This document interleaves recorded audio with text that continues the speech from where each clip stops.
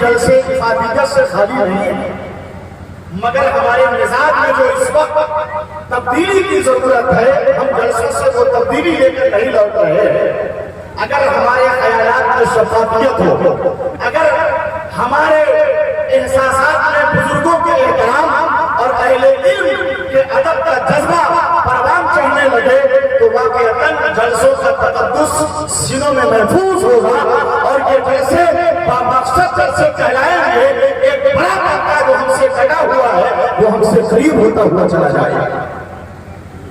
تو چونکہ علمی گفتگو کا عموماً ہم ماحول برپا کر نہیں پاتے، اس وجہ سے نظامت کے ابتدائی مرحلے میں بھی ہم کئی پیچ و خم میں مبتلا رہتے ہیں کہ پتہ نہیں آنے والا وقت کیسا ہوگا۔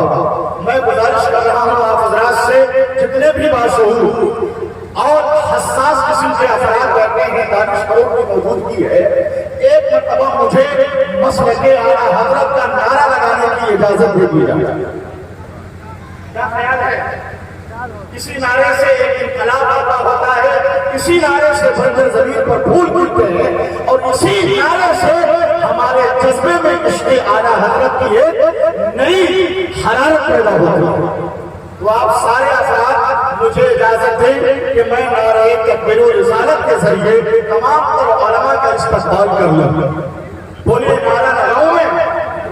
چونکہ نعرہ کی اجازت اس لیے لے رہا ہوں کہ جواب آپ کو دینا ہے، ایسا نہیں ہے کہ میں آواز محبت بلند کروں اور میری آواز گم ہو جائے فضاؤں میں خلاؤں میں یہ آواز آپ کی نبضوں میں منتقل کرنا چاہتا ہوں۔ بتائیں کتنے لوگ نعرے کا جواب دیں گے؟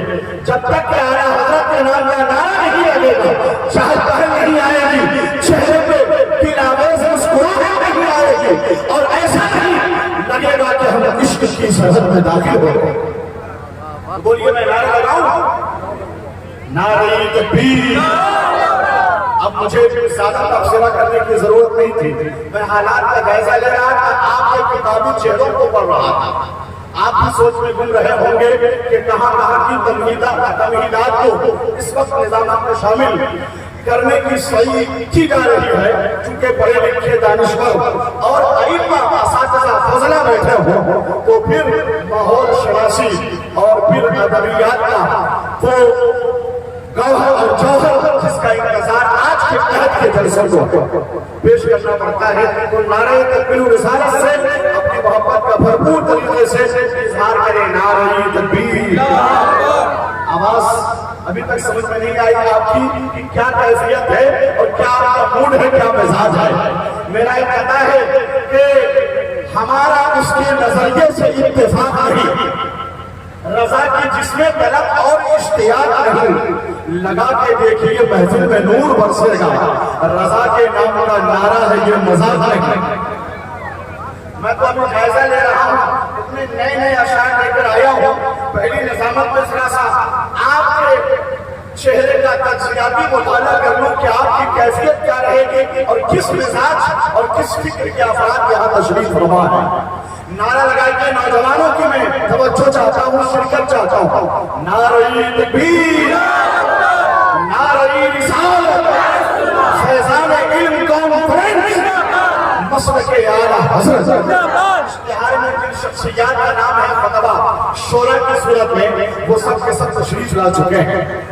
سیف رضا چھپڑی سے ابھی 3-4 اشعار کلام نعتیہ سماعت کریں گے آپ، پھر الحاج مبارک حسین مبارک آ رہے ہیں، الحاج حبیب اللہ فیضی آ رہے ہیں، حضرت مولانا سیف اللہ علیوی کمرہٹی کلکتہ کی آمد ہوگی، مفتی شہریار رضا خلیفہ تاج الشریعہ آئیں گے۔ میں چاہتا ہوں کہ اب تک تو میں سامنے بیٹھے ہوئے سامعین سے مخاطبت کی سعادت حاصل کر رہا تھا، اہل اسٹیج کی موجودگی اور ان کی شخصیت کی تقدس معابی کی خوشبو کی آفاقیت کا احساس کر کے نعت کا ایک مطلب ہو۔ اہل علم نفسیات اور فکریات کو سمجھتا لہجے میں قبول کرنے کی صلاحیت پیدا کریں گے، تب اسٹیج کا ماحول صاف و شفاف ہوگا۔ تو جان رہا ہوں کہ کیسا علاقہ ہے، کیسے لوگ ہیں، کیسی کیسی شخصیتیں ہیں۔ 4 مصرے میں نعت پاک میں پڑھتا ہوں کہ نبی کے شہر میں پھولوں کا رنگ اچھا لگا.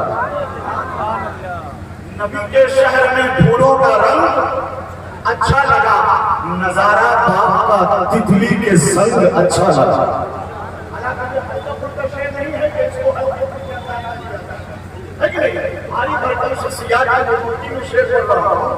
مگر ہر شعر میں اٹھان نہیں, جذبہ عشق مصطفیٰ اور لذت نعتیہ ادب تلاش کی.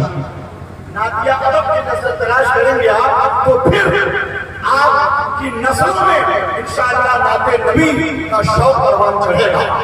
نبی کے شہر میں پھولوں کا رنگ اچھا لگا, نظارہ باغ کا تتلی کے سنگ اچھا لگا.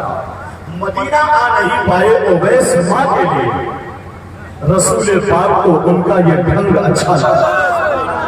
رسول پاک کو ان کا یہ ڈھنگ اچھا لگا. سنا رضا سے کہ ہر بچہ نور والا ہے, تو سیدوں کا مجھے انگ انگ اچھا لگا. تو سیدوں کا مجھے انگ انگ اچھے اشعار تھے, مگر سماعت میں ابھی وہ دمخم نہیں ہے. 4 مصرے اور میں اپنی پسند کے آپ کی بارگاہ تک پہنچا رہا ہوں کہ ایسا کہیں بھی چاند ہویدا نہیں ہوا ہے کون جو رسول پہ شیدا نہیں ہوا. جبریل دنیا چھانٹ کر آخر میں بول اٹھے, کوئی رسول پاک سا پیدا نہیں ہوا. آپ کے آقا کی تعریف کی گئی ہے, ذکر ولادت رسول کو شعر کا موضوع بنایا گیا ہے, مگر آپ کے اندر سے کوئی خاص رسپانس نہیں دیکھنے کو ملا آپ کی سماعت میں. ایک آخری قطعہ پڑھتا ہوں اور اسی پر سید رضا چھتریوی کو آپ کی بارگاہ تک پہنچا دوں گا. اسی قطعہ کے بعد سماعت فرما لیں کہ یاد سرکار کی جب ذات گرامی آئی. میں آپ سے رکوع کے کہوں گا کہ سبحان اللہ کہنا ہے. اتنے سارے سیاسی قائدین اور مبصرین اور سماجی اور معاشرتی سطح پہ اپنی شخصیت کا, اپنی فکر کا ایک تنتنا رکھنے والے, پیش کرنے والے لوگ یہاں بیٹھے ہوئے ہیں, تو شعر پہ تبصرہ نہیں ہوگا. یاد سرکار کی جب ذات گرامی آئی, دینے خود باد صبا مجھ کو سلامی آئی. بادشاہی کوئی پایا تو کوئی راج محل, میری قسمت میں محمد کی غلامی آئی. لگنا چاہیے مجھے امید نہیں ہے کہ اتنی آسانی کے ساتھ نعرہ لگے گا. اور پرویز صاحب کو گزارش ہے کہ بہت اچھی سروس ہے, مٹھاس ہے, شیرینی ہے, محبت کی خوشبو اس میں ضم ہے, مگر ذرا سا اور کھنکھناہٹ پیدا کیجیے. کہ شعر بنا نہیں, ایک نئی اٹھان کے ساتھ لوگوں کی سماعت کو دستک دے دے. مجھے تشویش نہیں ہوئی, ایک مرتبہ میں یا حسین کہنے کی دعوت دے رہا ہوں آپ حضرات کو.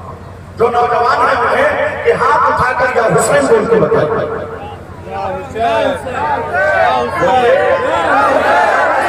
دعوت یہ ہے, دعوت قبول کیجیے. یا حسین, آواز آپ کی موجودگی کا احساس ہو. یا حسین علم کانفرنس ہے, علمی انداز میں روایتوں کی ڈور کو مضبوط کیجیے. روایتوں سے ہٹ کر جلسہ کیجیے تاکہ آپ کا جلسہ نامی گرامی ہو جائے, ہے کہ نہیں.